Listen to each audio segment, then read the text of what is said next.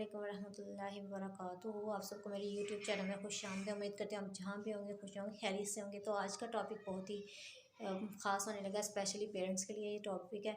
और ये सारे पेरेंट्स लास्ट में मेरी वीडियो को लास्ट में एंड तक देखें, क्योंकि आज की वीडियो में मैं डिस्कस करूँगी कि माँ बाप का अपनी औलाद की तरबियत में क्या रोल होता है और वो किस तरह के अपनी औलाद की तरबियत बेहतरीन तरबियत कर सकते हैं।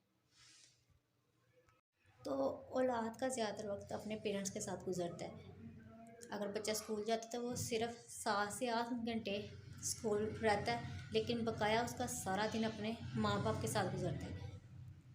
तो माँ बाप पहली तरबियत गाह है कि जहाँ बच्चा अपने वालिदैन की एक एक चीज़ को नोट करेगा। जो जो पेरेंट्स करेंगे वो उसी को ही इम्प्लीमेंट उसकी करेगा। तो अगर आप सेंसिटिव नेचर के हैं तो बच्चा भी आपका सेंसिटिव निकलेगा। अगर आप थोड़े बेहिस नेचर के हैं तो आपका बच्चा भी इस चीज़ को सीखेगा।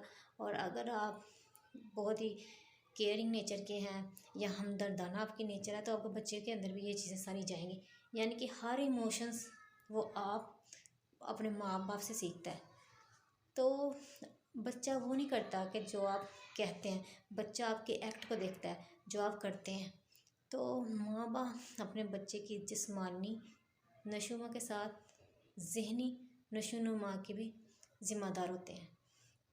तो अक्सर देखने में आया कि कुछ माँ बाप अपने बच्चों को बहुत ज़्यादा रोक टोक करते हैं, तो ये भी उनकी शख्सियत पर मनफी असरात मरतब करता है। यानी कि अगर आप बच्चों को ज़्यादा रोकें टोकेंगे तो वो बच्चे की शख्सियत, उसकी ज़हनी सलाहियतों को मुतासर करता है। तो बच्चों की तरबियत में बैलेंस्ड होना बहुत ज़रूरी है। बच्चों को समझाने का तरीका ऐसा होना चाहिए कि बच्चे की शख्सियत इसमें डैमेज ना हो। बच्चे की तैयारी समझें, आप अपना मुस्तकबिल तैयार कर रहे हैं तो आप अपने मुस्तकबिल को बेहतर तरीके से ऐसे तैयार करें कि बच्चा एक बेहतरीन इंसान बने।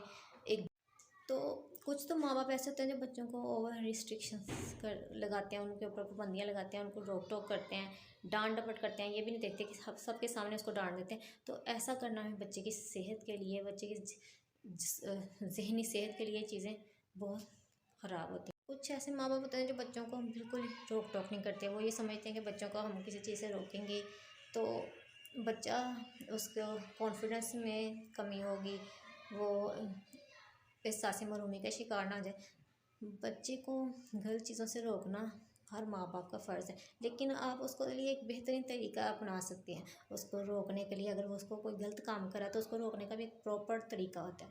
तो आज हम डिस्कस करेंगे कि आप बच्चों की नशोनुमा कैसे बेहतरीन तरीके से कर सकते हैं, उसको बेहतरीन इंसान कैसे बना सकते हैं। तो सबसे पहले जो बच्चे के लिए सबसे ज़रूरी है कि आप उसको इमोशनली स्ट्रॉन्ग बनाएं। अगर आप उसको इमोशनली स्ट्रॉन्ग नहीं बनाएंगे तो उसके लिए आने वाले वक्तों में बहुत ही इस चीज़ के मनफी असरात होंगे। तो बच्चे को इमोशनली स्ट्रॉन्ग बनाएं। कुछ माँ बाप होते हैं बच्चों को डराते हैं मुख्तलिफ चीज़ों से, उनको डांट डपट करते हैं। तो ये बच्चों को उनकी शख्सियत को कमज़ोर बनाता है, उनके इमोशनली लेवल को कमज़ोर बनाता है। तो अगर आप अपने बच्चों को ज़्यादा फिर किसी दूसरे के सामने डांटेंगे या उसको ज़्यादा रोक टोक करेंगे तो उसको ज़्यादा डांट डपट करेंगे तो वो भी चीज़ उसके लिए बेहतर नहीं है। तो बच्चे को समझाने का एक प्रॉपर तरीका होता है। आप अपने बच्चे को रिस्पेक्ट देना सीखें, अपने बच्चे को इस तरह समझाएं कि वो उसकी इज़्ज़त नफ्स ना डैमेज हो। तो दूसरे नंबर पे जो सबसे इम्पोर्टेंट चीज़ है कि अपने बच्चों के साथ दोस्ताना रवैया रखें, ताकि वो आपसे हर चीज़ शेयर कर सकते हो। क्योंकि अगर आपका अपने बच्चों के साथ एक दोस्ताना या दोस्ती नहीं होगी तो वो फिर बहुत ही गलत एक्टिविटी में इन्वॉल्व हो सकते हैं। वो बाहर के लोगों पर ट्रस्ट कर सकते हैं।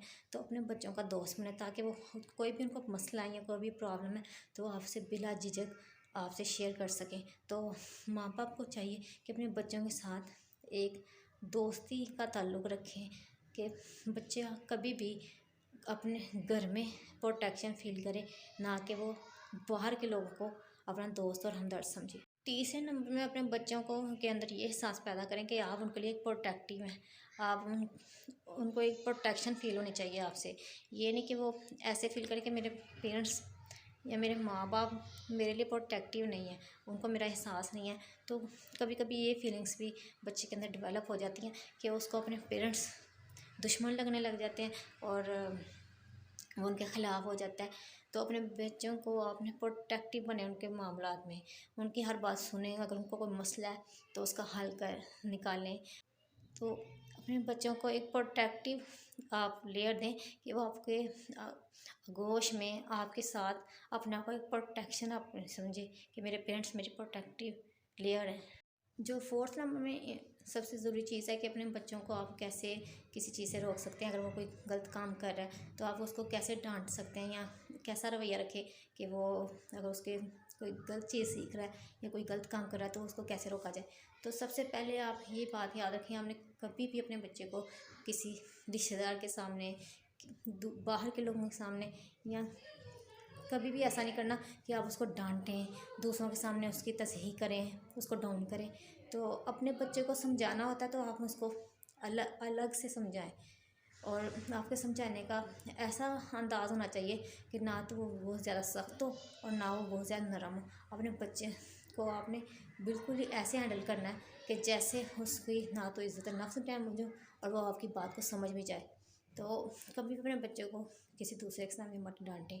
इस तरह उसकी शख्सियत पर ये असरात बहुत मनफी डालता है कि अगर आप उसको किसी दूसरे के सामने डांटेंगे तो वो ऐसे ये समझेगा कि मेरे पेरेंट्स मेरी इज़्ज़त नहीं करते, तो वो इस तरह डिसरिस्पेक्ट आपकी भी कल को करेगा कि क्योंकि अगर आप अपने बच्चे को खुद रिस्पेक्ट नहीं देंगे तो अभी फिर आपको भी रिस्पेक्ट नहीं देगा।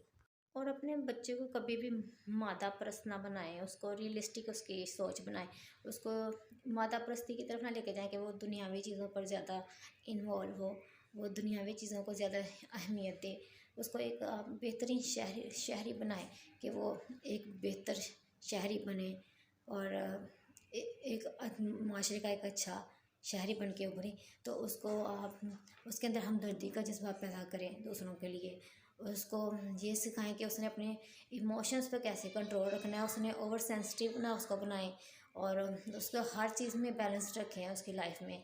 ये और इसके अलावा आप उसको ऐसा बिल्कुल ना बनाएं कि वो मटीरियलिस्टिक चीज़ों पर ज़्यादा ध्यान दें।